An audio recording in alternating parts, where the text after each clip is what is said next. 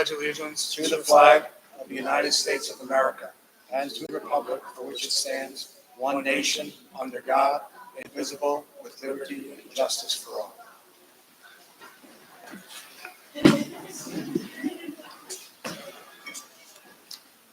This is a regularly scheduled public session of the Woodridge Board of Education and is in compliance with the Open Public Meeting Act, Chapter 231, Public Laws of 1975, also known as the Sunshine Law. This meeting has been approved by resolution adopted at the organization meeting held on January 3rd, 2024, and is in a revised resolution of the public session meeting held on January 22nd, 2024. Notification has been sent to the record. Notification has been posted in the Woodridge Borough Hall, the Woodridge Memorial Library, tapinto.net, and the Woodridge Board of Education website. Meetings of the board are open to the public, and all members of the community should feel free to participate. The board announces that under long-standing policy, it will not discuss in public any comments made by members of the public concerning individual staff members. Before coming to the board, the chain of command should be followed. There are two portions of the meeting reserved for comments made from the public. The first at the beginning of the meeting for agenda items only, and the second at the end of the meeting for other items. Issues raised by the public may or may not be responded to by the board, but all comments will be considered. The board requests that members of the public be mindful of the rights of other individuals when speaking. Due to confidentiality and legal rights afforded by the state of New Jersey, members of the public are asked not to speak negatively or in a derogatory manner about an employee of the board or any student. Please be advised that all portions of this meeting are being live streamed in real time and will be recorded for rebroadcasting at a future date. Roll call. Mr. Fallon? Here. Mr. Garvin? Here. Mrs. Milano? Here. Mr. Vaccaro is absent. Mr. Biamonte? Here. Mr. Nieva is absent. Okay, we have a few presentations and recognitions to go out with. We'll start with Students of the Month, Mr. Schmidt. Thank you. This year, the Doyle staff has broadened its categories for Student of the Month nominations to create a more inclusive recognition program.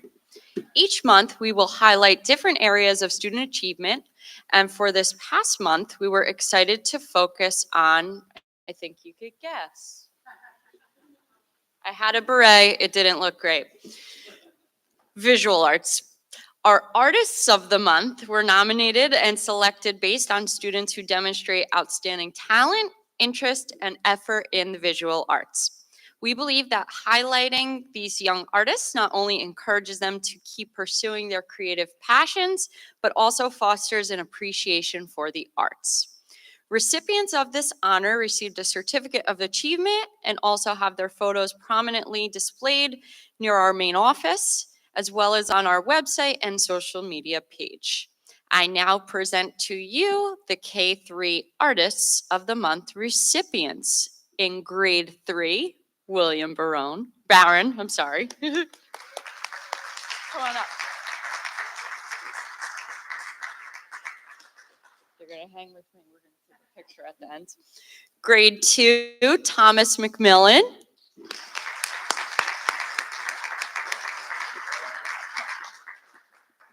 Grade 1, Jayla Richardson.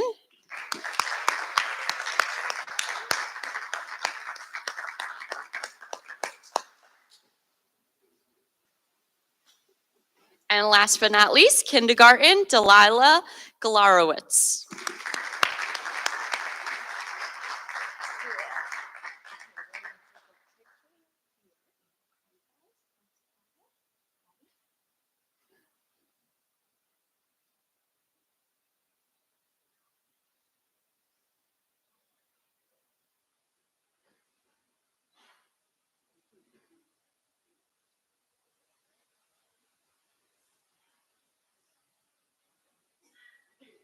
Great job.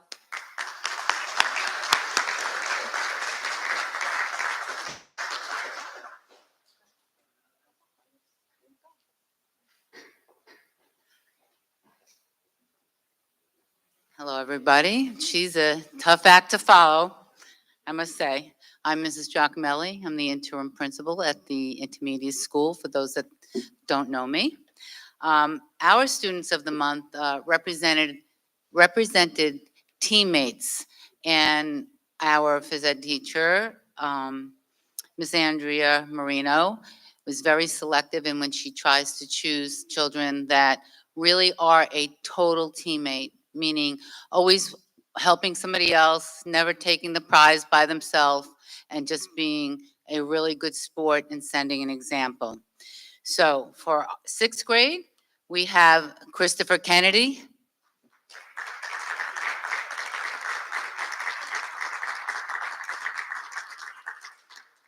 Way to go, buddy.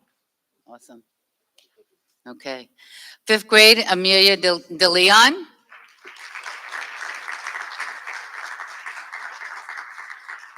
Look at that jog. There we go. Way to go, Mel. Okay, in fourth grade, we have Ashley Zias. Okay, it doesn't look like Ashley's with us, but while I'm up here, I'd like to also let you all know that we have had, through the Lions Club Peace Poster, we've had a winner from our middle school, our intermediate school, Scarlett Lohmeyer. Excellent production that she has left for the Lions Club. She won an award just from the local Lions Club of $100, and her poster will go into another set of categories to see how she does, along with the other students that are her age or within the county. And from the county it goes to the state. So I'm really, really proud of Scarlett Lohmeyer. Congratulations to her. Also had, we have an actress in our making. Her name is Adeline Campione. She is presently in the production of Polar Express, and she has been practicing and going to New York City for Broadway for lessons and whatever. And they opened up on Friday night, and it was a huge success. So I would like to acknowledge her being also an upcoming actress. So along with my athletes, we actually have some artsy people as well. So congratulations, my friends. We have certificates for you back at school. Okay? Thank you so much.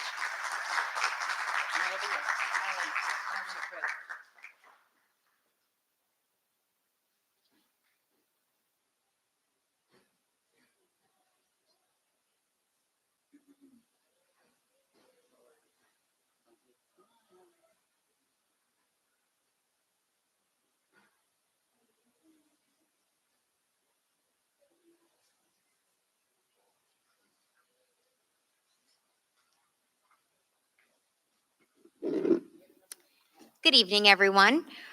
For the Woodridge Junior Senior High School Students of the Month, they exemplify the true meaning of determination. Each of these remarkable students has demonstrated an extraordinary level of persistence and resilience, whether by tackling academic challenges head-on, staying focused on long-term goals, or showing unwavering commitment to their personal growth. Their ability to push through obstacles and maintain a positive attitude in the face of adversity sets them apart as leaders and role models. We are proud to honor their determination and celebrate their continued efforts to succeed both inside and outside of the classroom. For the 7th grade, we have Charles Fauché,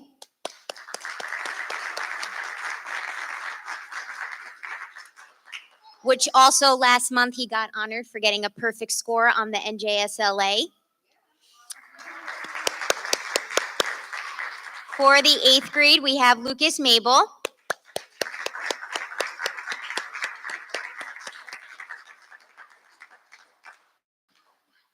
For the 9th grade, we have Daisy Arias.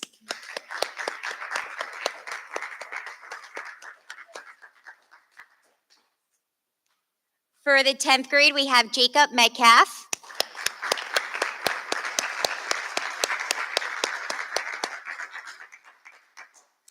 For the 11th grade, I don't see her tonight, but we have Chloe Perez. And for our senior, I don't see her either, but we have Mia Romero. Congratulations, guys. We're so proud of you.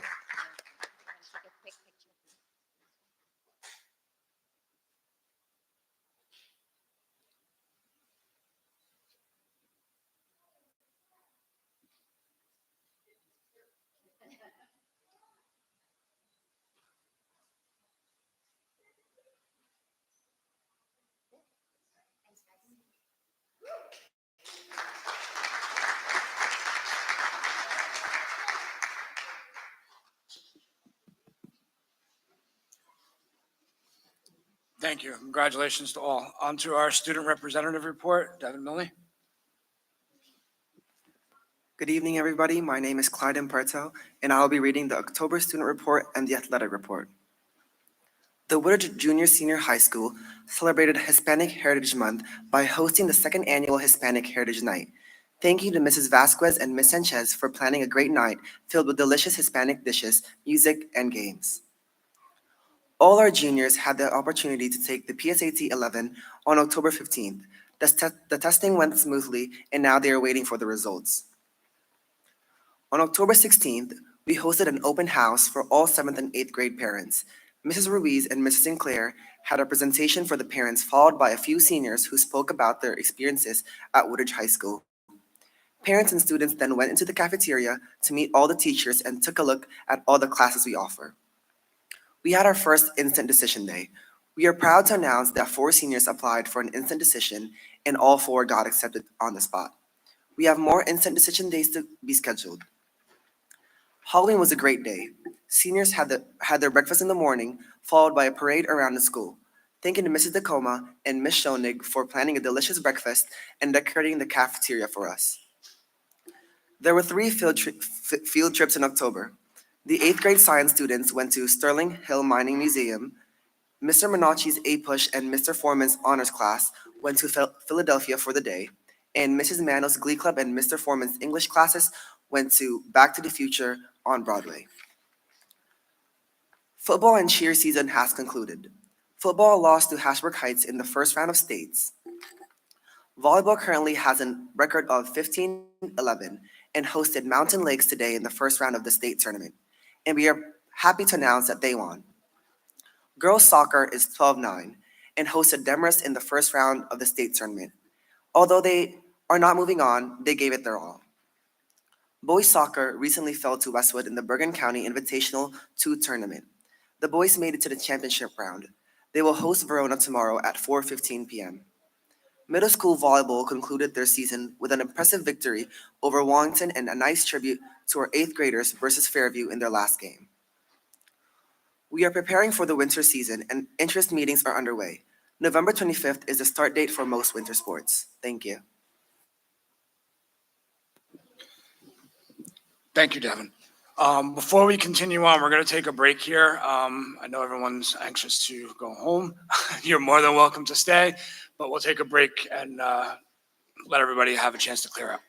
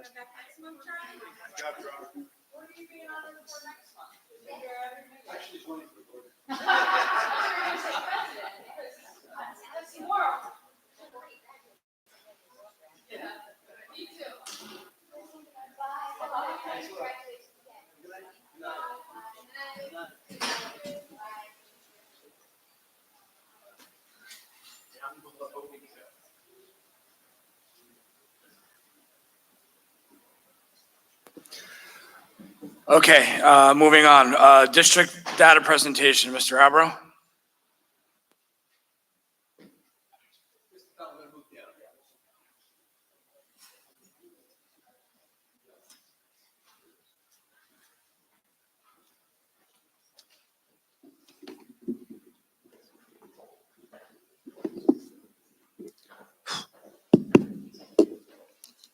Good evening, everyone.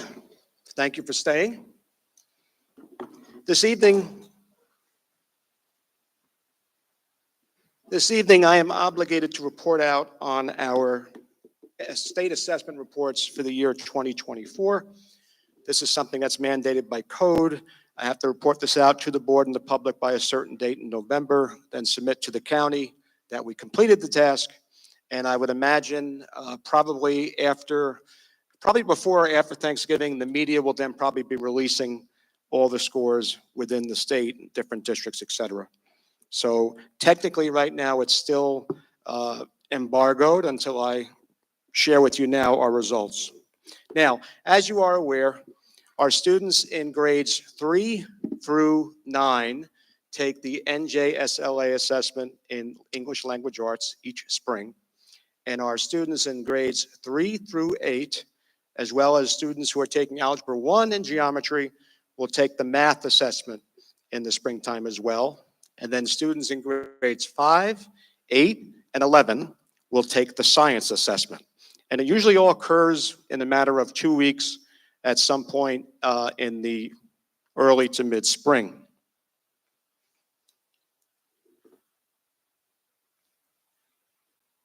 So looking at language arts first, the first slide details the 5 ratings that a student can earn, ranging from 1, which is not yet meeting expectations, right up to 5, which is exceeding. So from the state's perspective, students who score a 4 or a 5 have met or exceeded, or for lack of a better word, passed the assessment. So what you see up on the screen represents English language arts for grades 3 through 9, and working from left to right, left being 1 and 5 being to the right. Those are your results, and the results are in yellow border for our district, which allows you then to compare the scores of the entire state to our district. Now, breaking it down by total proficiency. In the left column, this is for the Woodridge School District, students who met or exceeded the NJSLA expectations by percentage. So in 3rd grade, 72% of our students passed the assessment as compared to the state's 44%. You can see then grade 5, 52%, where the state outscored us at 53%. Grade 6, which is our best grade level score this year, 83%. Grade 7 at 49, grade 8 at 36, and grade 9 at 55. And the state scores are there as well. Now comparing 2023 to 2024 to give you a perspective on how students did in the year prior. For example, if I can get this to work.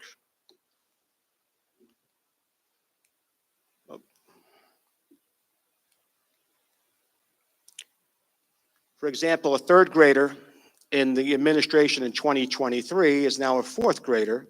So for example, in 2023 as 3rd graders, we had 1% of our students score in level 1, whereas as 4th graders in 2024, we had 4%. If we move over, in 2023, our 3rd graders scored 62% at meeting expectations. As 4th graders, however, they scored at 41%. So mathematically, that difference has to appear someplace else, either behind or in front. In this case, we had 21 students in 3rd grade in 2023.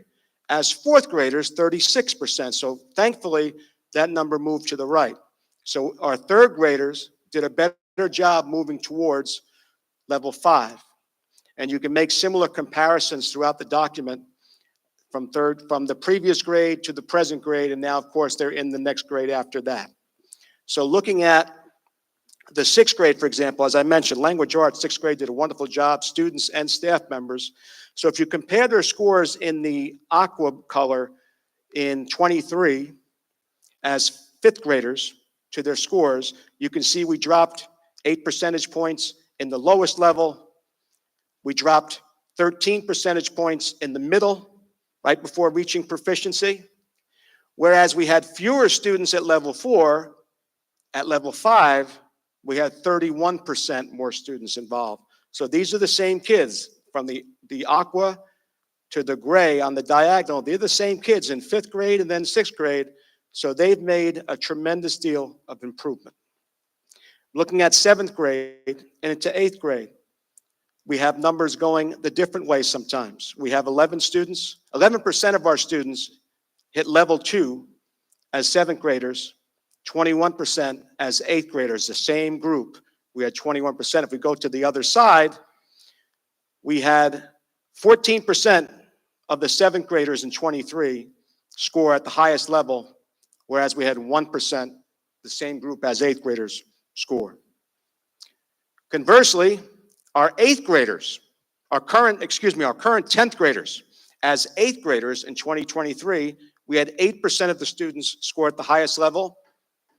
The following year, this past spring, ninth grade, mind you, after we had students from that eighth grade class leave and go to school someplace else for high school, we still managed to get a sticky finger here, hold on. We still managed to get 27% in the fifth level exceeding proficiency. That's a great job by those students. The state always wants to know how many students participate in the assessment. There was a point, there still remains a point where students and families can opt out of the assessment. And if those rates would be too high, it affects the validity of the assessment. Fortunately, we've been at 100 or 99%. We'll find students with an IEP might opt out. A gen ed student might opt out. Students who are in their first year in our country usually are excused for language arts in their first year as assessment. They still take math, but they're not included in that count. But still, we get a very good number of students, almost 100% every year. This compares by gender. So if you're looking at the blue is male and the green is female, moving across from 22 to 23 to 24. Last year, we were 50-50. We had 62% proficiency for males and 62 for females. And then now in 24, the females have taken the lead at 68 as compared to 54. I'm required to report out on any subgroup that has more than 10 students in it across all grade levels. So we have up here Hispanic, Latino, Asian, Black, white, and 2 or more races. And the light blue represents the scores in the spring of 2022. The darker blue is spring of 2023, and the green is spring of 2024. We have sort of stayed level. We've made some big increases in some areas and not any significant drops from the year before. Continuing with the same subgroups, we have non-economically disadvantaged and economically disadvantaged, those families who are eligible for free and reduced lunch. We have students with an IEP. A general education student does not have an IEP. We have students with a 504 plan, and we have multilingual learners. Now, we only have this year because this is the first year where we've had more than 10 students total in that subgroup. Therefore, this data becomes public. Normally, we have fewer, and the data is suppressed. In terms of overall proficiency, the state in the last 3 years, 49, 51, 52, and our district, 54, 62, 61. So we're 1 percentage point lower than our achievement last year. And that's the look. When we came back from COVID, the state's big objective was to get to the levels we were at before the pandemic. So prior to the pandemic, we scored at 60% in 2019 for proficiency in English language arts. Our first assessment after the pandemic was at 54. Last year we hit 62, and right now, like I said earlier, we're at 61%. Mathematics, it's the same grid, the same form. The only difference is the Algebra 1 and geometry, that's based upon course enrollment, not necessarily grade. So we have, in Algebra 1, we have 8th graders who are in Algebra 1 as an 8th grader. We also have 9th graders who are in Algebra 1, and they're all included in the same data point. And then we have geometry. Geometry predominantly are freshmen in honors geometry. They were in algebra as an 8th grader and have moved forward to honors geometry as a 9th grader. These are our overall proficiencies as compared to the state. 3rd and 4th grade far exceeds. 5th grade by 4%. 6th grade by 20%. And again, 6th grade scored well in English language arts as well. We're even at seventh grade. In eighth grade, we are 4 percentage points below the state. That's for all students in eighth grade taking Math 8, not algebra. The algebra scores, we are 6% below the state average. That's inclusive of our eighth grade honor students and our ninth grade students in Algebra 1. And then we have our geometry students scoring 60% as opposed to the state's 49. Same as before, we can track grade levels from the year prior, moving forward. So for example, if you look at the seventh grade in 2023 had 39 at level 4. Now that's inclusive of students who were in the higher math class in seventh grade. So now in eighth grade, those same students moved to algebra. So what you have left over are the seventh graders who were not in the pre-algebra in seventh grade. They were in Math 7. So we're dropping from 39 to 16. And if we go down to algebra, we see 39 for some of our seventh graders and 34 as they take algebra as an eighth grader. And our geometry score, quite honestly, last year's testing group was one of the largest groups we've had in honors geometry. So they have a 33-point gain this year as compared to last. Again, participation. As I mentioned earlier, first-year language learners get excused from language arts, but not from mathematics. We have our gender proficiency. Overall, again, our subgroups. And again, we performed better in some subgroups and lesser in others. Of course, that's tied to how many students we have in each subgroups. The group that are growing the most are our Hispanic group and our 2 or more races group. Those are the subgroups that are growing at a rapid pace. Non-economically disadvantaged, economically disadvantaged students with an IEP, general education students, 504 students, multilingual learners, and non-multilingual learners.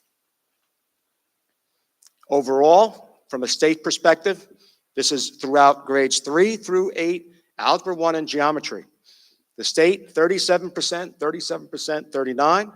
Woodridge, 45, 51, and we concluded last year at 50, again, 1 percentage point less than the year prior.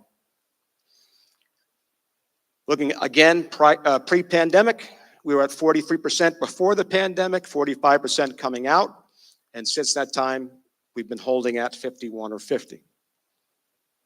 Last but not least, science. Science is only administered to grades 5, 8, and 11, and the difference between science assessment and English language arts and math, whereas English language arts and math have 5 ratings, and 4 or 5 is passing. Science has 4 ratings, and 3 and 4 are passing. And we have 5th grade compared to the state. We have 8th grade compared to the state, and grade 11 compared to the state. Comparing 1 year, again, you're comparing 1 year to the next, but there's a jump, obviously, from grades 5 through 8. In terms of overall proficiency, grade 5 this year, 31%, and in the state, 28%. In the 8th grade, 5%, at the state level, 19%. And lastly, at the 11th grade, 11% for the district and 28% for the state. Again, the participation rates and numbers will be smaller because there are fewer grades being tested.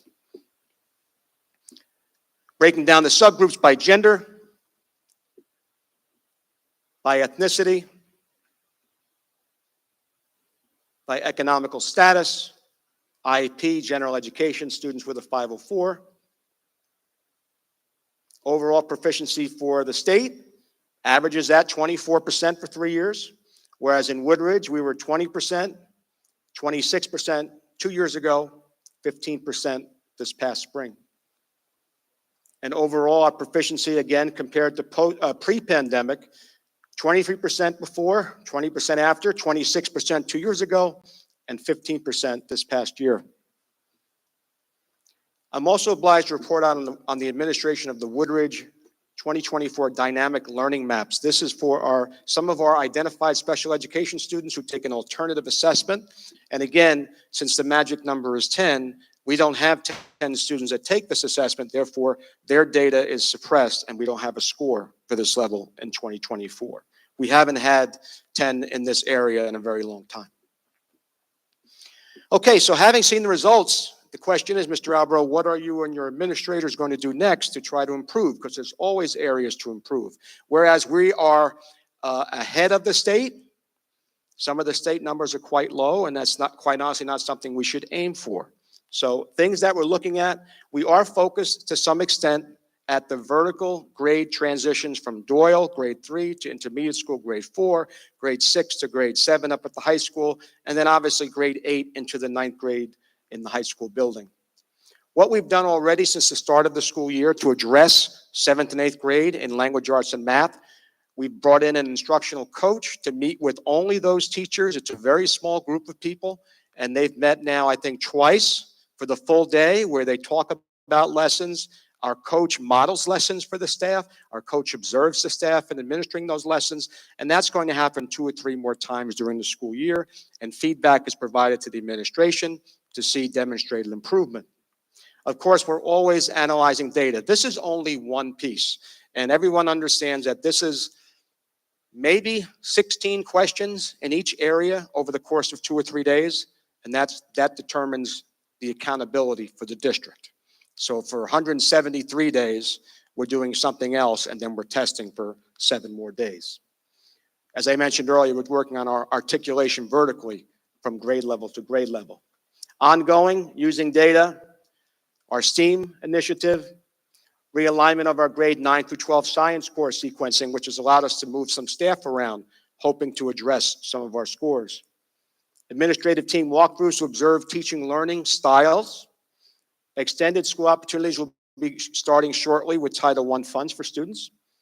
And for the last 2 years, Ms. Dudsack has been working on conducting out-of-district visitations for our staff to go observe model programs in other districts, and we've hosted some of those people as well. Moving forward, one of the concerns for the administration is what value do the students place on these assessments?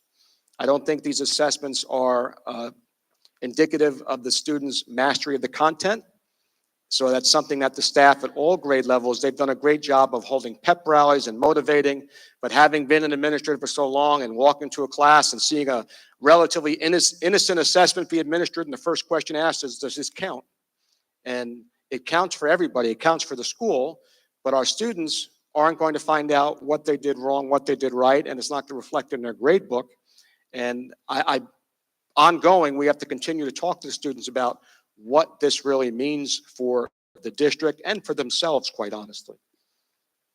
We're going to examine the possibility of spreading out the scheduling of state assessments, perhaps rather than 2 parts in one day, making it single parts to allow the children to focus better. We'll continue to review the assessments that we give across grade level and cross-departmental level, and we'll conduct content-specific roundtables to increase vertical articulation. We're a growing district. When we were smaller, you might have had very few teachers at each grade level or content area. One of the beauties of growing is that you have more people involved with more opinions and more advice to give. So as our district continues to grow, those conversations become more meaningful, and we're hoping to stimulate that moving forward. When we hit the public portion of the meeting, of course, you can ask questions to the agenda in the first round, and then in the second round for the public, if you have any questions about my presentation, feel free to ask.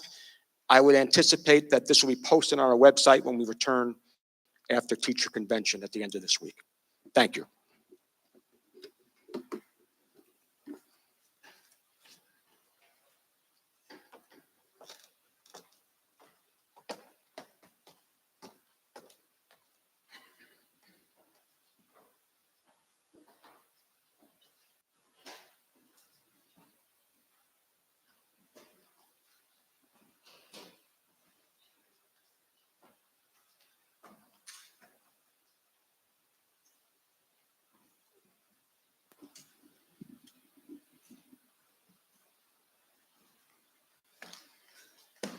Thank you, Mr. Albo. Trustees, any comments, questions, or concerns? before we move on? No. Moving on to the Board Administrator's report, Mr. Lisa. Thank you, Mr. Fallon. The business office completed yet another busy month since our last meeting. Many of the purchases in the early months of the school year are now being finalized, leading to a large number of bills paid off, as indicated on our most recent bills list. Additionally, October was the annual open enrollment period, at which time staff members in the district eligible for benefits were given the opportunity to add, update, or remove their health benefits plans. The business office was quite busy assisting our staff to help make these informed decisions. Finally, free or reduced lunch applications submitted at a later date continue to be processed so as to finalize free or reduced lunch status of our students for the remainder of the school year. Although it is anticipated that most of the applications expected would have been received at this point, it is never too late to submit an application. We encourage those parents whose children are currently not receiving free or reduced lunch, but feel that their child may qualify, to please log into the real-time parent portal and submit your application. It is a quick process, less than 10 minutes, and there is no harm in doing so. This is the conclusion of my report. Thank you. Thank you, Mr. Lisa. Mr. Alba for Superintendent's report. Good evening. I want to first thank the members of the community, my administrators, my staff, and my students for the conduct of a wonderful Halloween last Thursday, on probably one of the warmest Halloweens that we've had. I had a chance to visit each school building. In the high school, our tradition is to have the seniors conduct their costume contest, and they have their breakfast, etc., and they pay it throughout the school. Honestly, they spared no expense in their costumes. They were rather extravagant, and I know that their younger classmates appreciated watching them take the tour, knowing that someday they would be doing it themselves. At the intermediate school, the students were dressed in their costumes, and I reminded the sixth graders that that would be the last time they can wear a costume in school until they get to 12th grade at Woodridge High School. And at Doyle, we conducted our parade. Kudos to Ms. Schmidt for designing a new route. The students marched in the street. Thank you to the police department for our escort. We had our parents able to be along each apron of the sidewalk. The students had a great time. They did comment on how hot it was. And our staff were very creative in creating the theme of being construction workers at Halloween. So all of our staff members, including Principal Schmidt, had their hard hats on and their vests, and they were doing their work all day long. A reminder that our district school buildings will be closed tomorrow for Election Day. The Doyle School and intermediate schools will be serving as polling locations, and we have many high school students trained and ready to work very early in the morning tomorrow. School will reopen on Wednesday for a full session day, but then close on Thursday and Friday for the New Jersey Teacher Convention weekend. School will reopen on Monday. This evening, the board will be considering the approval of a culinary club in the high school. This is a wonderful opportunity for our students. This idea was student-driven, as a member of our student body approached Mrs. Ruiz with the idea, and Mrs. Ruiz carried it to me. If approved, the advisor position will be posted. We will make an appointment at our next meeting. The board is considering the appointment of 2 new staff members this evening. One will serve as the replacement for Mrs. Gibney, who retired on Halloween Day at the Doyle School, and the other will help to open a new grade 4 resource room section at the intermediate school. The board is also considering tonight the appointment of a physical education teacher full-time at the high school, effective with Mrs. Rose Rella's retirement at the end of December. We're grateful for some donations being considered by the board this evening. Thank you to the Bogach family for their donation of a Symphony brand timpani percussion instrument. Thank you to the New York Football Giants, the American Heart Association, and Oakley Incorporated for their visit to the intermediate school recently. This event was coordinated by Mrs. Marino, our physical education teacher at the intermediate school. It involved a visit by some members of the Giants who presented a $1,500 check to the school. Afterwards, the Giants players participated in some very heated and competitive games with our 5th graders, and it was an incredibly exciting experience for the students, and the whole idea was to promote the NFL's initiative of Play 60. In other words, be involved in physical activity at least 60 minutes a day. The board is considering the submission of an application for the change of use of educational space for the current school year. The creation of an additional 4th grade resource room will result in the need to relocate the music program at the intermediate school to one side of the cafeteria that really does not get much use daily. Mrs. Giacomelli and Mr. Salim have worked to organize the instructional space for the music program that will allow for a great deal more movement to take place as part of the daily instruction. The district is considering the approval to submit the district self-assessment of our district performance review in preparation for the NJ CUSAC monitoring process, which will happen in the late winter, early spring. The board also will be taking action tonight on my recommended school district goals for the 24-25 school year. I believe that these goals are significant for the continued success of the district, and I look forward to reporting back to the board periodically concerning our progress. Mr. Fallon, that concludes my report. Thank you, Mr. Alvarado. Okay, trustees, looking for approval of minutes. Upon recommendation of superintendent, the Board of Education approves the minutes of the following meeting, public session meeting, October 7th, 2024. Can I get a first, please?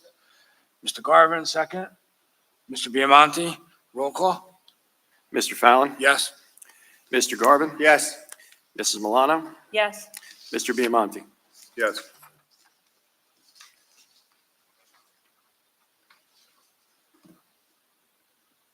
Okay, trustees, I'll read through the committee reports. All right. Curriculum approval of an amendment of the Woodridge District curriculum, multiple content areas. Approval to terminate placement of transportation. Approval of evaluation request. Approval of home instruction. Approval of related service requests. Approval of field trip requests, approval of other field trip requests for just Woodridge, approval of professional development requests, approval of out-of-district placements, approval of CST home instruction at OOD location, approval of formation of the culinary club at the Woodridge High School for 24-25 school year. The personnel, approval of request for leave of absence, approval of resignation, approval of personnel appointments, approval of request for leave of absence with the Moonaki, approval of personnel appointment for 24-25 district substitutes, approval of coaching appointment, approval of speech language clinical practical internship, approval of request for extension of leave of absence, approval of revision of personnel appointment, approval of personnel appointments. For policy, we have none. For buildings and grounds, approval of facility request. For finance, we have the approval of the bills list, approval of monthly financial reports of the board secretary and treasurer, approval of certification of a balanced budget, approval of budget transfers, approval of fundraisers, approval of acceptance of donation, including Moonaki, approval of acceptance of donation for just Woodridge, and approval of a fundraiser for Woodridge. Under board operations, we have approval of disposal of textbooks, approval of payout of accrued sick days at retirement, approval of submission of comprehensive maintenance plan, and approval of preliminary 24-25 budget calendar.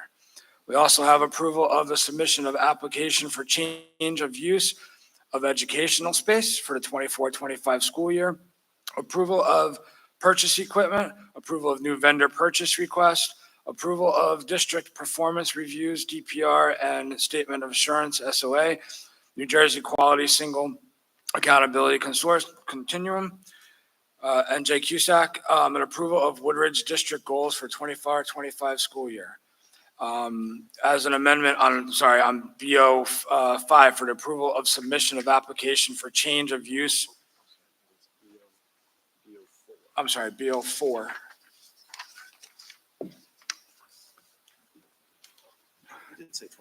Okay. So it's still the same. Approval of preliminary 25-26 budget calendar. So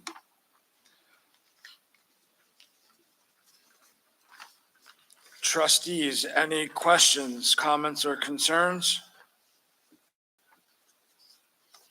No?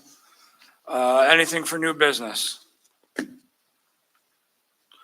Okay, opening up the hearing of citizens for agenda items only. No? Hearing none, seeing none. Anything online, Mr. Lisa? There are no questions online. All right. Trustees, looking for your support. This includes Moonaki, Curriculum Instruction 1, 6, 9, 11. Personnel 4, 5, 6, 7, 9, 10. Policy, none at this time. Buildings and grounds, 1. Finance, 1, 2, 3, 4, 5, and 6. Board operations, 1, 2, 3, 4, 7, 8, and 9. Can I get a first? Mr. Garvin, second. Mrs. Milano, roll call. Mr. Fallon, Yes. Mr. Garvin, Yes. Mrs. Milano, Yes. Mr. Biamonte. Yes. Okay, for resolutions for Woodridge only, curriculum instruction, 2, 3, 5, 7, 8, 10. Personnel, 1, 2, 3, and 8. Policy, none. Buildings and grounds, none. Finance, 7 and 8. Board operations, 5 and 6. Can I get a first? Mr. Biamonte, second. Ms. Milano, roll call. Mr. Fallon, Yes. Mr. Garvin, Yes. Mrs. Milano, Yes. Mr. Biamonte. Yes. Thank you, trustees. Any comments, questions, and concerns before we open the hearing of citizens? No? Opening the hearing of citizens for anything you want to talk about. Come on, Faith. Closing the hearing of citizens. Anything online? No, there's nothing online. Okay. Can I get a motion for adjournment, please? Mr. Garvin? Oh, I don't need a motion. Mr. Bianchi, all in favor? Aye. All opposed? This is you, Mr. Fallon. You're such fun. Thank you all. Have a good night.